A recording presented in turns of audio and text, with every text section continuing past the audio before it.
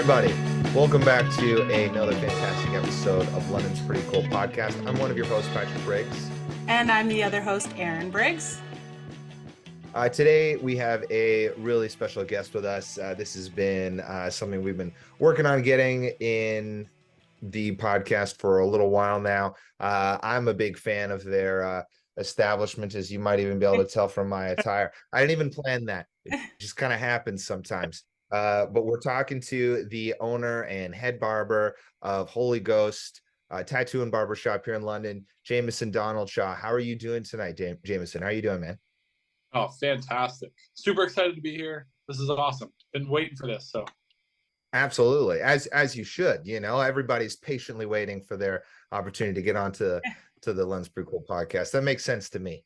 That makes most sense. Yeah. 100%.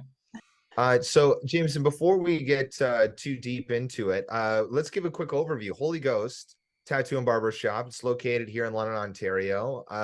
It's been around for how many years now?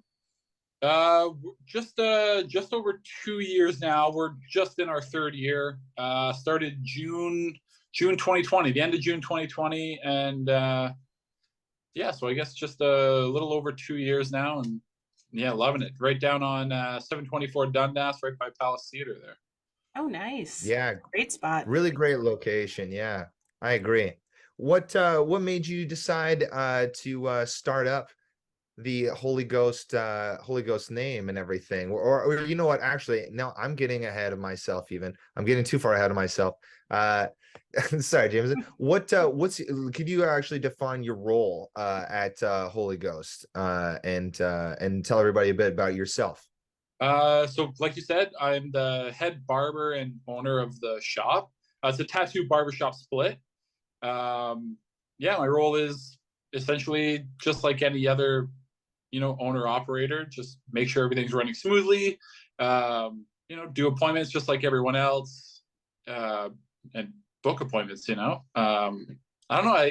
I guess the way it's done, it kind of makes everything super easy on my end. I can spend a little bit more time behind the chair and focus on what I love doing on the creative side with hair, and it's just kind of nice. So what made you decide to open up Holy Ghost in the first place? I guess it was just kind of one of those about that time type of thing.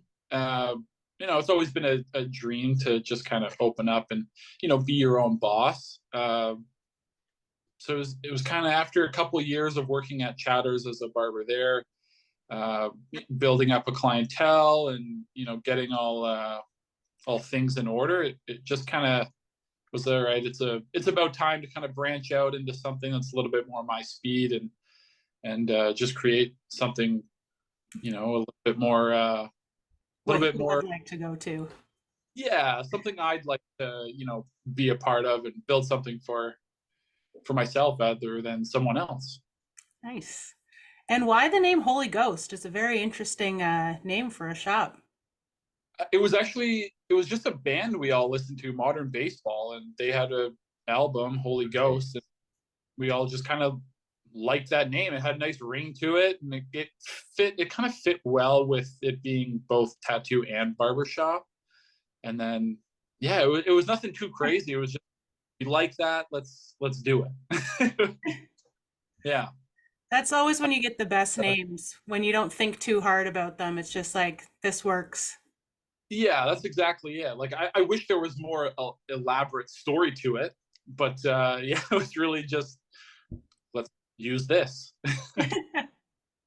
Great choice of music too. Modern Baseball, no joke. I was listening to them, I think, yesterday, just kind of out of happenstance, I listened, thinking about them and listening to them. So that's very interesting. I had no idea. That's great. How long have you been a fan of Modern Baseball for? That was not too long. It was mainly when we got into the shop.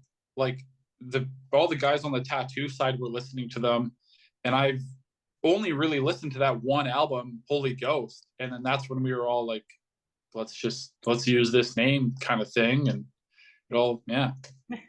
Oh, very cool. Very cool. It's funny how art inspires art that way, right?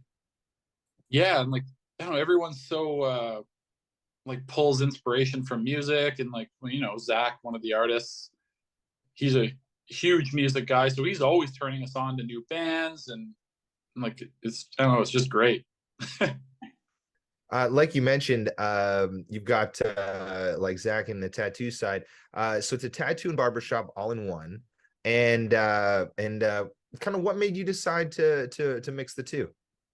I guess it was they just kind of fit well together, you know. I mean, I've always been a fan of tattoo culture, and I don't know, it was kind of easy fit because you could run them both the same way. Whereas like how we do chair rentals or booth rentals, however you want to call it, you can kind of do that with both of them, and being able to combine both, where, you know, two different creative industries in one spot was just kind of a nice thing. Like, I don't know, I've always been obsessed with tattoos, been wanting to be covered since I was a kid, and I don't know, seeing a barber without a lot of tattoos is almost weird.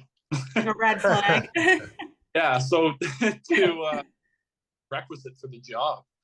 So it was a bit of a no-brainer to just kind of combine the two, and bring something new to London. Yeah, speaking of, when you mentioned that you're bringing something new to London, it's kind of become a trend, you know. It's like there's definitely some tattoo shops that are following suit and everything. What do you think like the connection is between tattoo shops and barber shops? It's, I don't know, I guess it would all come from like the art side, you know, the artistic side of it all. Um, Two creative industries just coming together to create one massive creative space. Like it, I don't know. Like I said, they just kind of go hand in hand. They're run essentially the same way. So I guess why not? You know, the more the merrier. Right? It just kind of makes sense too, you know. You've got people that are interested in making themselves look like better or updated or changed in some way with their hair, and they're like, you know what, I might as well do the same with my body and stuff, right? Never, why not, maybe, kind of thing, right? Oh, 100%. Like, man, I don't know. It's just yeah, it was a nice little thing to kind of do, and I'm happy to see more shops like that kind of popping up. You know, I'm enjoying it. It's nice. Do you Just get, speaking of, sorry, go ahead. sorry, Aaron. Just speaking of, what's like usually how often does it happen where somebody comes in for, say, a tattoo or say for like a haircut, and while conversing and talking about it, they're like, you know what, like I'm gonna get it. I think I'm gonna see if this artist is available like now or in the next few days or something like that. Like I've been talked into it or something, you know? Oh yeah. Now, like we call it you're doubling down when you Oh, come in. Like it's happening a lot more frequently, because we'll come in, you know, people come in as soon as you come in through the front door, you're in the barbershop side. But then they hear the machines in the back and they're like, holy, I'm like, you got a tattoo shop in the back as well? I was like, yeah. They're like, oh, do you mind if I stop and, or not stop the haircut, but after the haircut, I go back and talk to one of the artists, see about getting a walk in. I was like, hell yeah, like they'd love that. yeah. So it's happening a lot more frequently, especially to the newer clientele coming in who might not know we have either, you know, a barbershop or tattoo, you know. So Hmm. kind of nice. I think it's happening a lot more with the tattoo side. They'll book an appointment and realize, holy hell, I should probably go and get a haircut too. Hmm. They're just sitting there long enough waiting for their appointment. They're like, I could probably squeeze in a quick cut.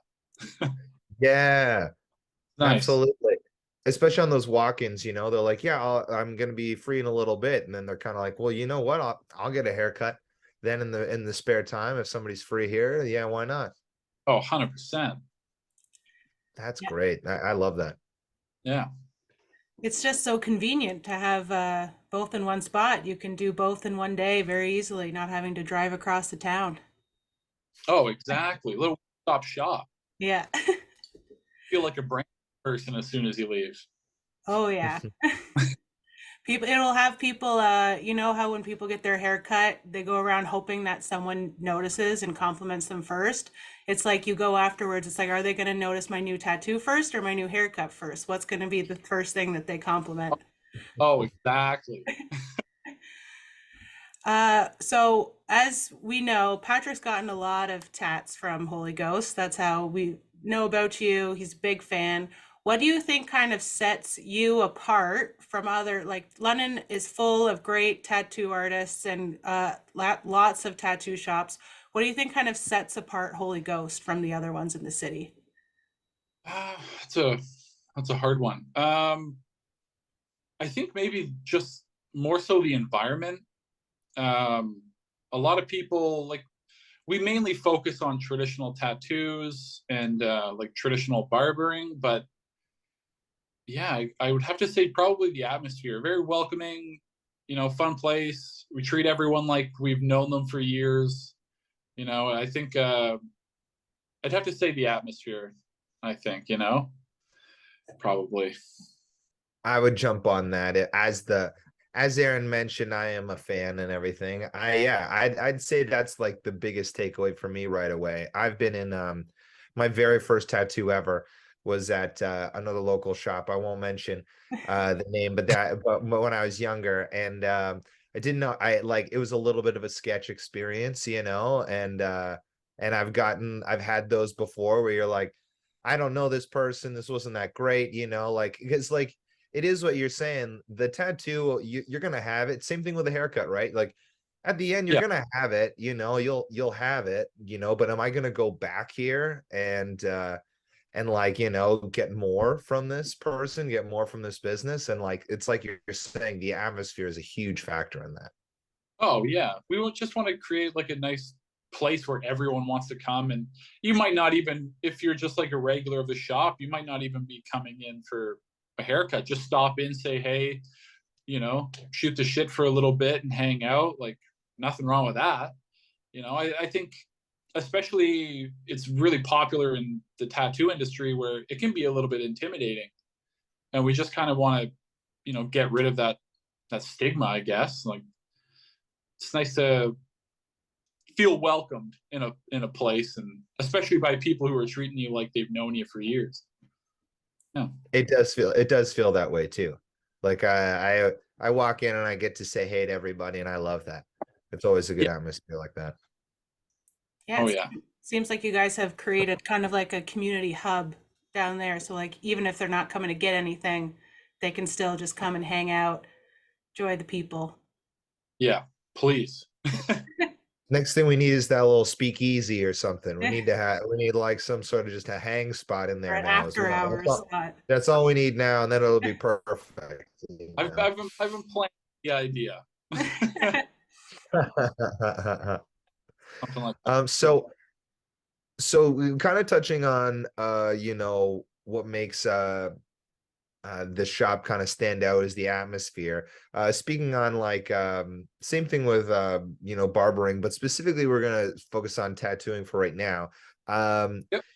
It's kind of it's people tend to talk about the tattoo industry, whether it's like it's not about the shop, it's about the artist, and it's about focusing in on the strengths of those specific artists.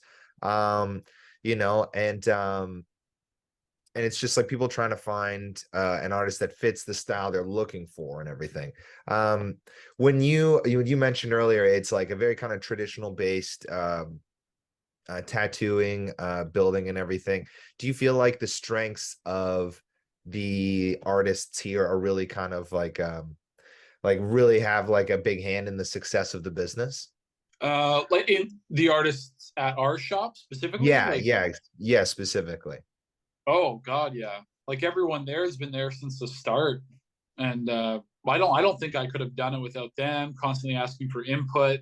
Um, yeah, very fortunate to have like the team that we have, and I don't know, it's very fortunate. I owe just as about everything to that shop, all to them. So it's been great. Yeah, you feel like when an artist is like let's speak for you specifically in barbering, when you feel like somebody is like you've really done a really great job on their piece of art up here, you know, their hair. And they really are like, I love the atmosphere. I love hanging with you and everything. They want to come back. Like, what do you feel like is your biggest strength when it comes to haircutting and your style? Like, actually, is that the hairdressing or barbering? What's the proper term I want to use here? I don't know. I don't have really a preference. I think everyone's grown up using like different terms, and I've just never really cared to like correct anybody on it. I know some people think that like saying hairdressing is like not the proper term, but I don't see it as a big deal. You know, you call it whatever you want. I don't mind. Mhm. So what would you say then is like your biggest strength in cutting hair? Biggest strength, probably I'm very meticulous, I think. Like I don't know, I'm not exactly rushing people like in and out of the chair. I mean, don't get me wrong, some haircuts, are quicker than others, but I definitely take my time with it. I think you know, being able to have a longer service allows me to be a little bit more meticulous and, pay extra attention to specific details in the haircut. Yeah, I'd Mhm. probably list or detail orientated. When you get to take time with that with your client too, you don't rush things, like, so you get to, like you're saying, the atmosphere just builds and builds, right? Yeah, 100%. You give yourself a little bit more time with the individual. There's less room for error. You can have like a full-blown consultation, and everything's going to go according to plan. So I think allowing yourself to have a little bit more time rather than, let's say, you go into some of these more franchise shops, they want you to get a haircut done in 15, 20 minutes. Well, when you go into a smaller, like privately owned or local barbershop, they create the time limits themselves, and having a little bit more time doesn't hurt anybody, I don't think. Absolutely. Yeah, and it's great to hear that it's like at this barbershop, like you said, it's the atmosphere because I know a lot of people who don't like going to get their hair cut because they feel like kind of locked in with small talk with a stranger. And like that's how I personally feel. It's very awkward. Like I don't know what to say to them. It's like, okay, just cut my hair and like let's go. So it's nice to hear that's like even if you're taking more time, it still is like the atmosphere of the space is not like, okay, I want to leave right away. Yeah, and that's the thing, right? Some people are a little bit more on that time crunch, or they just, some people come in and I get it all the time where they might not want to have a conversation, and that's perfectly fine with me. If you'd prefer to sit down, relax, get the haircut, and then leave and just use that as quiet time, then by all means. Because I mean, I get it.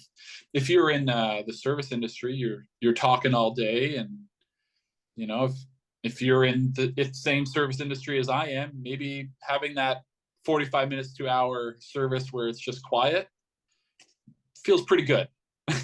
Yeah, it's more relaxing. You get to go to your haircut and just chill out. Oh, exactly.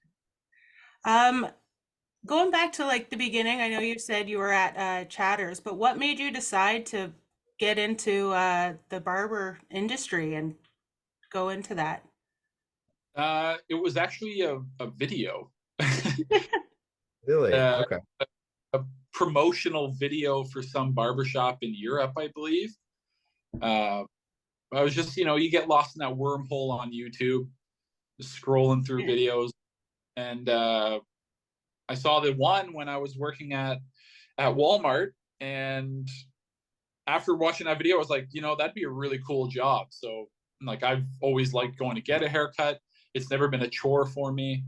So after seeing that video, I think it was the following Tuesday, I went down to the school Marvell at the time and signed up. Oh wow. So right away, Yeah, Yeah. like done. yeah.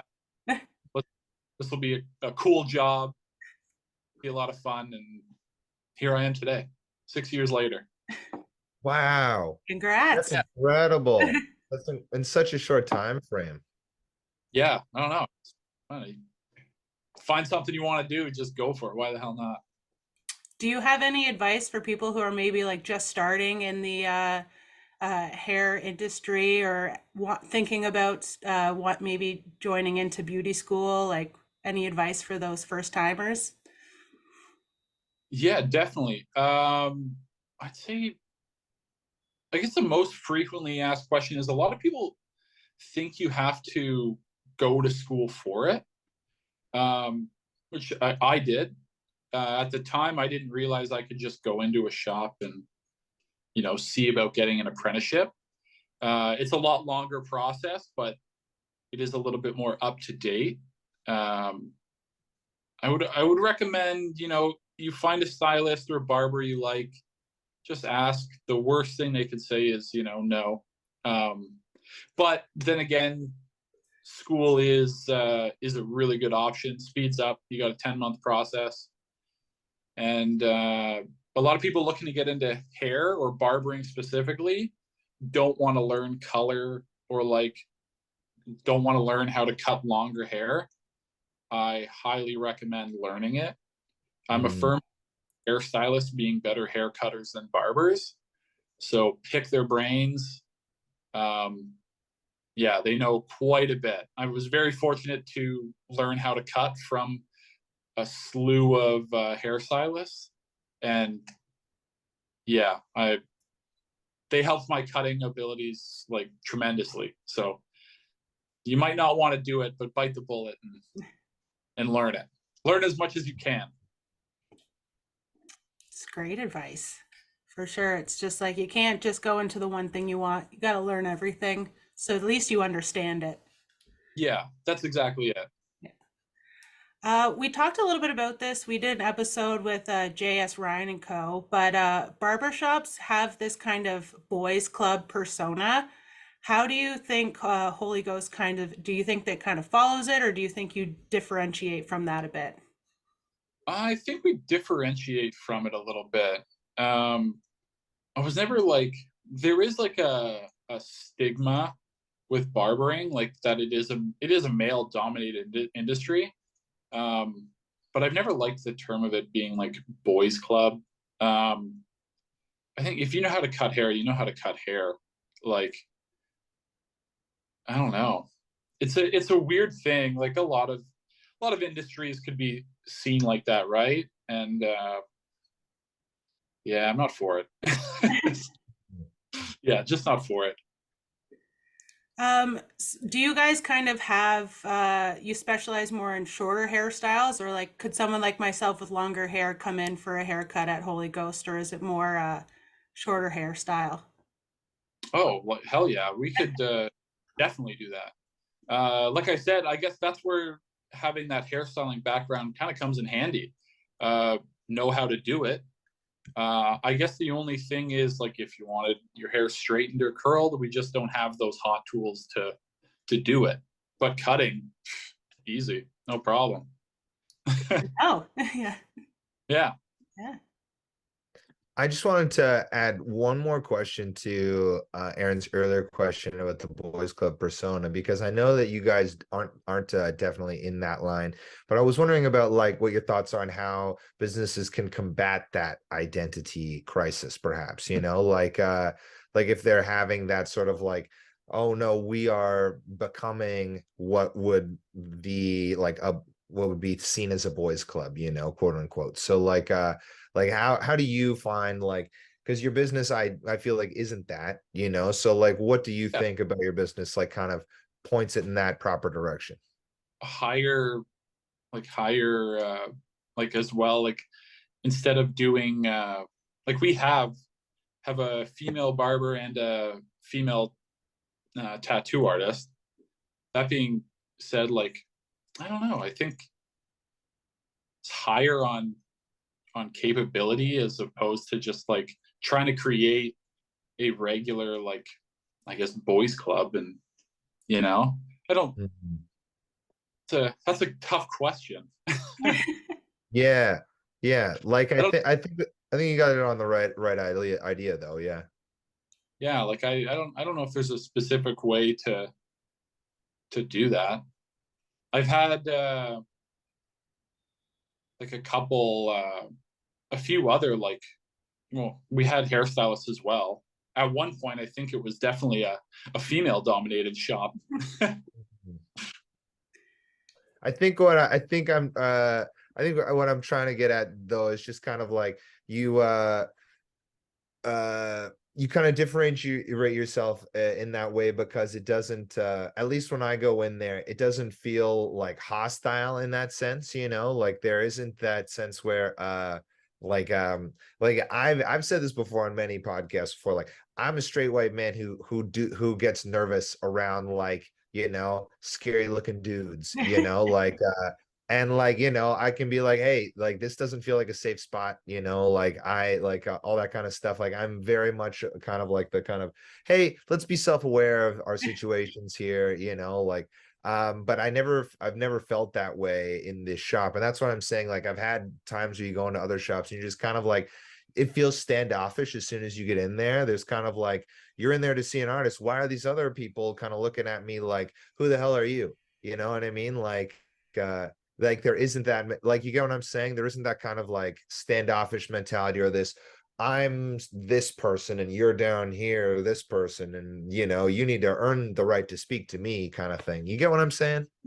Oh, that, yeah, I hate that, because there's been a few shops I've gone into that are like that, and I've always hated that feeling. Like you, like it's intimidating sometimes, like going into places where as soon as you walk in, no one says hi. They just look at you like, why are you here? And you're like, well, I thought I was coming to get a tattoo or a haircut, you know, trying to give you some business here, guys. Like, I don't know, but no, you're right. It's a intimidating thing in some spaces, and I feel I get that a lot, where like we just went to a house party like last Halloween, or a couple weeks ago for Halloween, and a guy was like really standoffish towards me, and then we started having a conversation. He's like, yeah, you're just like really intimidating. And I'm like, oh, I'm not trying to be intimidating, I'm just like, yeah, you're not like scary at all. I'm like, no, I'm not trying to be. So but I think, yeah, you go into some places and it's just like all guys and they're all big and covered in tattoos. Like it can be intimidating, and trying to get rid of that that stigma about shops, you know. Totally. You know, we're not all hard boys, you know, Oh, we're soft on the inside, you know. 100%. I'm just a little curious because earlier you were saying that people like rent a chair or rent a bed at the shop to like be able to do the tattoos and whatnot. And you were saying you were kind of trying to combat the boys club persona with like hiring. So if people want to rent a chair that you think doesn't like mesh well, are they not getting it? Or is it kind of like whoever was first kind of came in? Have you had to ever let someone kind of say, oh no, you can't rent anymore? No, I haven't run into that situation yet, to be honest. I haven't had to let anybody go or turn down like an application. Um, we've kind of like handpicked uh, a lot of people, like back when we were opening up originally. But right now, yeah, it's been pretty difficult. Like I know a bunch of like hairstylists I tried to get in, and other barbers, but yeah, I've never really. We do it the same way as you would apply anywhere else: a resume, a portfolio, and then it's just from there. It's just strictly about their work. Um, you know, I feel like it gets tough when you get into the hiring side of things, because I mean, an individual, like at the end of the day, an individual just might not mesh well. That's, You kind of want to hang out with them still, right? You got to spend all day with them, right? yeah, you gotta spend all day with people. You want to build a team where like you want to hang out with them at work and outside of work. You don't want to just, you know, you don't want to introduce people and be like, this is my coworker. No, one of those things, like this is my friend, you know, so and so. And Yeah. so we always try to do do things outside of work and hang out. But yeah, I haven't had to. Thank God, I haven't had to run into that situation where I've had to let anybody go or just not accept an application. Hmm. That's good. Shows your Yeah, business model. People know what they're getting into when they come there. yeah. I think that's it too, right? I think going back to our atmosphere, I think it attracts this like-minded people into wanting to work there. Mm. Because of that, I don't think we haven't had any issues. It's I good to think it hear. speaks highly of your business too, that like the people that you handpicked, you're mentioning for to start the business with, they're still here, right? They're still sticking around and like still working with you and everything. So that's Oh I think that's a great sign as well. yeah, day ones are still there. Day ones, you got like all the day ones. Absolutely. Speaking of day ones, what has been your favorite memory since opening the shop? Ooh, God, so many, so many like late nights. Uh, Probably since opening up the shop, probably meeting new people and just becoming really good friends with them, like Cody and Wes and Zach and Henny. I think we all meshed really well with them, Madison included. But yeah, I think we all meshed really well and creating memories. Like we all went out to PEI. That might be the best. Probably my favorite memory was probably going out to PEI and visiting Cody and Wes and as a shop. Everyone, all the day ones being back together again, hanging out and just being on vacation. That's very cool. That's and Awesome. that's a good point to speak on there. When your day one's Cody Sturge, is that Yeah, right? yeah, Cody and Wes Sturge. Yeah. They started a shop out on the East Coast since so like they started the shop with you and then like and then I've since like found success elsewhere and you guys are still real tight and get to hang out and everything. That's super awesome. Oh yeah. Oh yeah. Yeah, they were there. Like, man, yeah, lots of good memories with them. That's sweet. That's really awesome. The what's your future plans for the shop? Now, we know that the atmosphere is great. We know that the tattoo artists are great. We know that the hairstylists are great. What's your hopes and dreams for this business? I guess nothing crazy. I'm enjoying the way it is now. Um, I definitely don't want to like franchise out or anything like that. It's never really been a goal. Just kind of keep it small. Um, but yeah, just I guess continue doing what we've been doing the last couple of years. If that keeps happening, then I'm a happy person. So I'm actually sorry. Now I'm just thinking of this question. You had mentioned that you opened up in June of 2020. Is that correct? yeah, yeah. So you opened like right in the peak of the pandemic.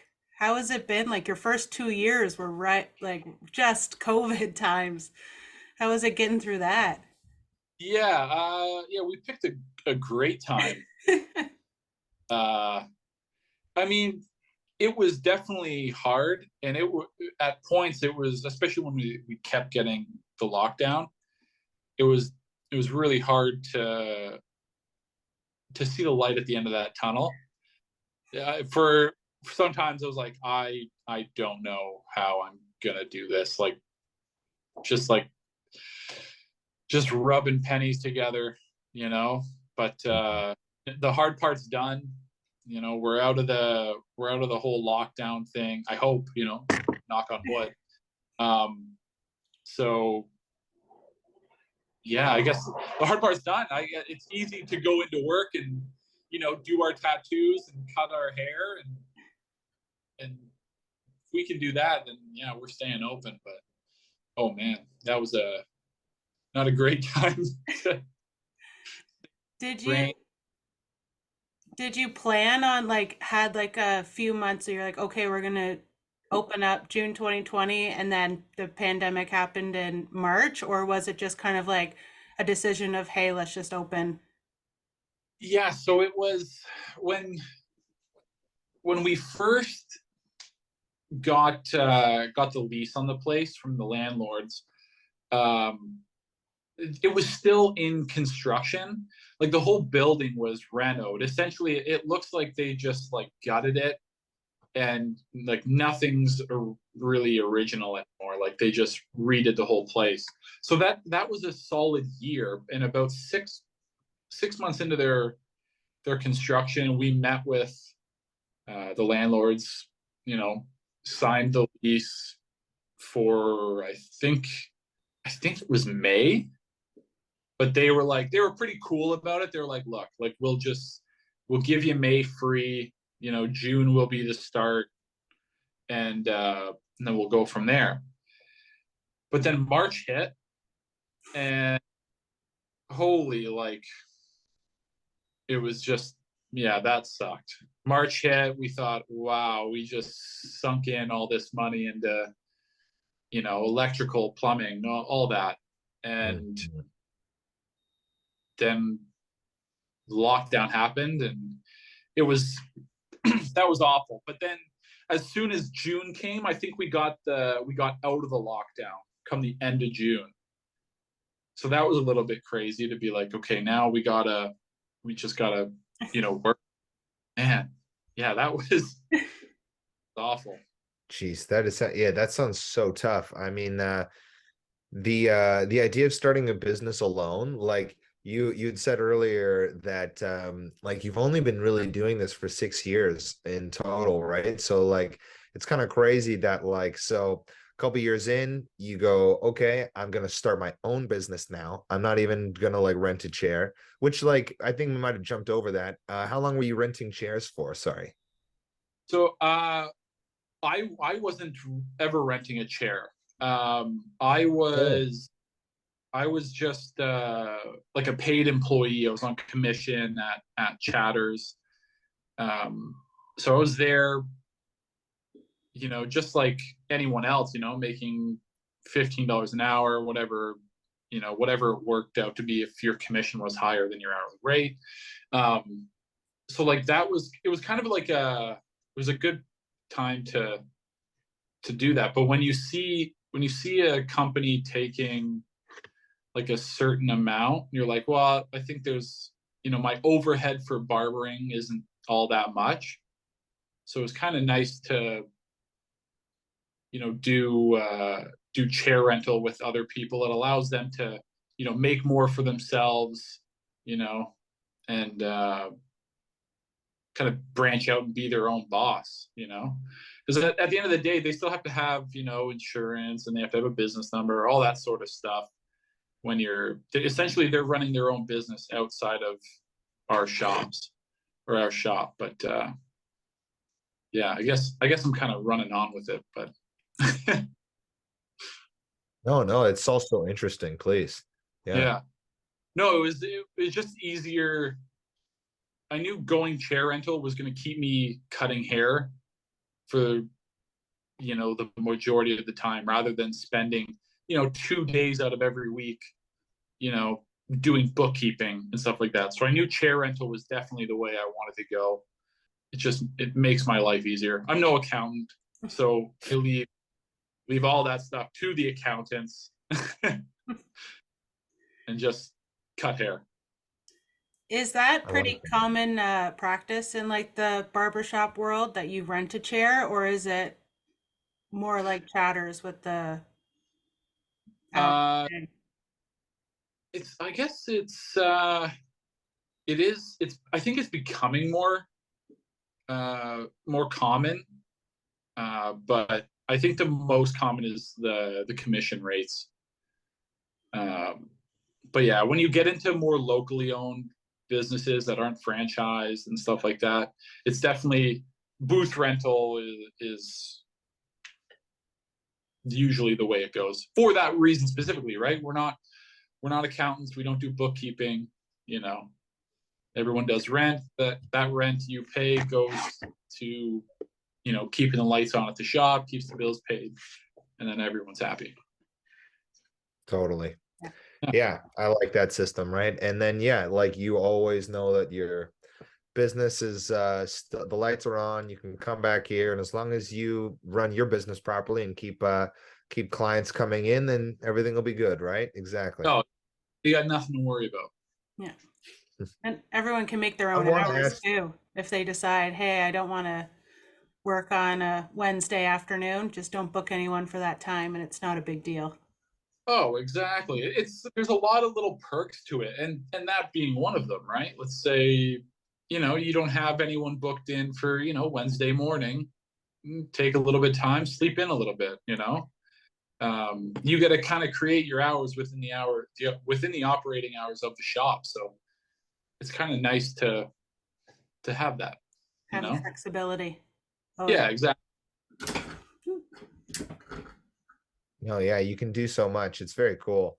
And just being like a shop owner, I'm sure that's pretty cool, right? Running a ship with all your pals. Oh yeah, like I said, I don't think I could do it without them. They definitely make my life a whole lot easier there. Um, but yeah, there's nothing better than going into a place where you just, you do what you love to do, and you hang out with your friends when doing it. Like, I don't know. I don't think it gets better than that. Very, very, Absolutely. as long as I'm cutting hair and hanging out with my friends, I'm not having a bad day. I agree with that. That's a really great sentiment to say. Yeah, I agree. Yeah. So is there anything that we kind of missed that you think people should know? We're gonna start getting into our London-based questions, but is like you want to let everyone know how to find you, what days and times you're open, how to book an appointment, how to follow on social media, all that fun stuff. Yeah, definitely.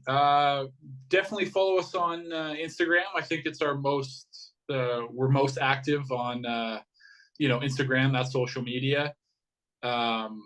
You can find us at Holy Ghost LDN. And yeah, you can message the shop to either book an appointment or message the artists or barbers directly. And then in all of our links as well, we have a book now button. But yeah, definitely that's Instagram's probably the best way to get a hold of us. Or I mean, there's always calling, 226-663-66. I think 6366. Yeah. Just like or just put in 3 6s in your phone, call the devil, make it Done. happen. Yeah. They'll patch you through. That's exactly right. Call Satan, he always helps. Yeah. No, this has been really cool, Jameson. Yeah, we are going to get into London-based questions, but like Aaron was saying, I'm a big fan of the business. I'm gonna unabashedly shout it out real quick. Like all the artists in there are really awesome. I've gotten tattoos from from pretty much from every artist there. And the atmosphere is undeniable. When you go in there, Jameson updated it not too long ago with this green wall, and it's just like it's a good vibe. So everybody should go in there. I love Holy Ghost. I rep you guys wherever I go. Yeah. Thank you. Yeah, Hell Patrick yeah. was wearing that sweatshirt at our family Thanksgiving, and everyone was like, "What is this? Holy Ghost! What is that?" And he was like, "Oh yes, tattoo shop, tattoo and barbershop in London." So made some fans. Love that. Love that. Yeah, people ask about these. You make great merch, so people just ask about it all the time. Oh, thanks, man. Yeah, we got to make more of it. I love doing that. It's so much fun. Yeah, I love doing merch too. Merch is very fun. Anyways, we're gonna get into all the good stuff here. So we, as a London-based podcast, are gonna do some London-based questions here. We want to get into the tough stuff first, though. All right, this is where we really find out where your allegiances lie here in the city. Starting off with where your favorite place to eat is here in the city of London. Man, that's tough. Ooh, what? Right now, actually, I probably just had one of the best breakfasts or brunches, I guess. was at Ant. Like it's on. I think it's newer. Okay. Never heard I of haven't that heard of this before. place. Found it. Yeah, they do brunch every Sunday. It was amazing. They're, I mean, can never go wrong with early bird. Mm-hmm. And How did you spell that? Ant? A-N-T? ANND. Oh, okay. Interesting. Okay, cool. What Yeah, kind it's of in, food was that? I don't know, man. I don't really know. But it's really good. Okay, I'll cool. check out Abruzzi. Yeah. Sees Abruzzi. Big kitchen. fan of cuisine. Love it there. Nice. I was just at Early Bird yesterday. I love Early Bird. So good.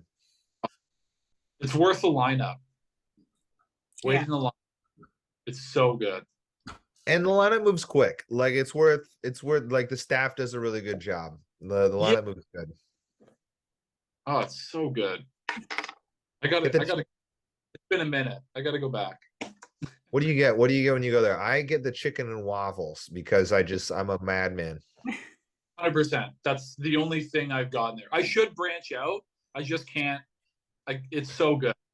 You can't go beyond like are you kidding me? Chicken and waffles is incredible. Oh, it doesn't get better than that. Oh my, yeah. Chicken and waffles. It's the only thing I've had there. Just get chicken and waffles. What about your favorite neighborhood, as we are the city of neighborhoods here in London? I've always been in the East, so I'm gonna go Old East Village, 100%.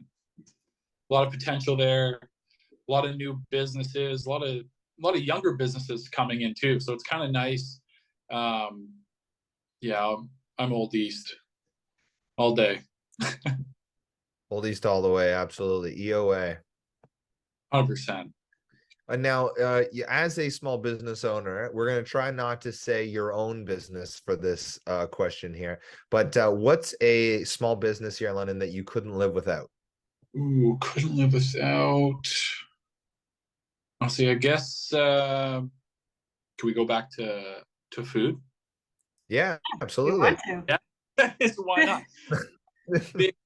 Big food. Indulge. It's down the street from me. It's a little Caribbean joint. Amazing. Wow, cool. Pizza. That guy makes the best pizza in London, hands down. There's no arguing that.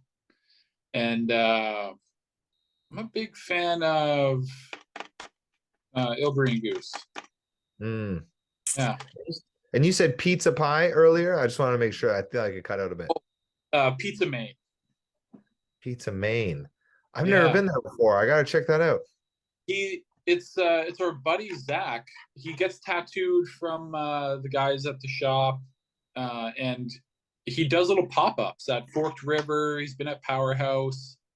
Oh, Little oven pizzas, just personal pizzas. And, oh man, the margarita to die. Amazing. Okay. We'll have to get him to do a pop-up somewhere. That sounds awesome. Oh, yeah. 100%. So we were kind of talking before the episode started that you have Sunday, Mondays off instead of like the classic weekend. But on one of your days off, if you were to have the perfect day in London from when you wake up, what are you doing? What would it entail? Oh, probably what I did today. Just went thrift store shopping with Madison. So we did that. We went to Woodstock for that because there's like this massive warehouse there. So we'll hit up there, a couple other thrift shops like Back to the Fuchsia. Oh yeah, actually going back to the other question, Back to the Fuchsia on that list. So yeah, probably doing that. Yeah, go down to the boxing club and then just relax, maybe play some video games, hang out. Very, very simple. Sounds like a cool thing. Yeah. The thrifting can take a while. Did you find any good stuff today? Yeah, actually, we got another velvet painting. As you know, Velvet painting. yeah, we got like this whole wall at the shop of velvet paintings. Mm-hmm. And we keep coming across them at like thrift stores. They all have the same frame. It's weird. But like yeah, we're kind of obsessed with them. It's incredible you keep finding the ones with the same frame, but they have different pictures in them every time, though. Oh, I know. I gotta look it up because like there's gotta be I gotta find out the artist's name. There's no signatures on any of them or anything. We just keep coming across them. But Is there a hidden gem in the city for you, Jameson? Now that could be a person, place, or a thing. a hidden gem in the city. Again, back to food, probably Unique Foods. It's like right across the street from us, and like, yeah, like amazing pierogies, even better cabbage rolls. Man, all I do is eat now that I'm thinking about it. All your outings. Yeah, my outings are eating. And then probably, yeah, that's the one thing that's coming to mind right now. Nothing wrong with having, food as the focus. I was just talking about this yesterday with Jill. I was like, all of our money should just go to great meals. Like if we could like I don't know why I'm spending money on anything else other than just like fantastic food all the time. Like that's how I should be living my life, just eating really well. 100%. I also think like that's just what we do now. like, Mhm. like instead of like going clubbing or anything like that, like we used to do when we were younger, now it's just going out and having good food with friends. Mhm. I don't know. I don't, yeah. I feel like I that's all I, completely agree. Completely agree. Well, I'll have to go to Holy Diver after this and get some food and drink, of course, something like that. Holy Diver. That's another spot. And you guys all play there. Doesn't get better than that. Yeah, it doesn't get better. Absolutely. Thank you for all the support too. You come out to the shows. Oh, yeah. How could I not, man?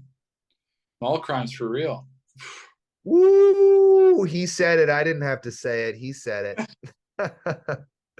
All right. No, we're getting into our final segment of the show.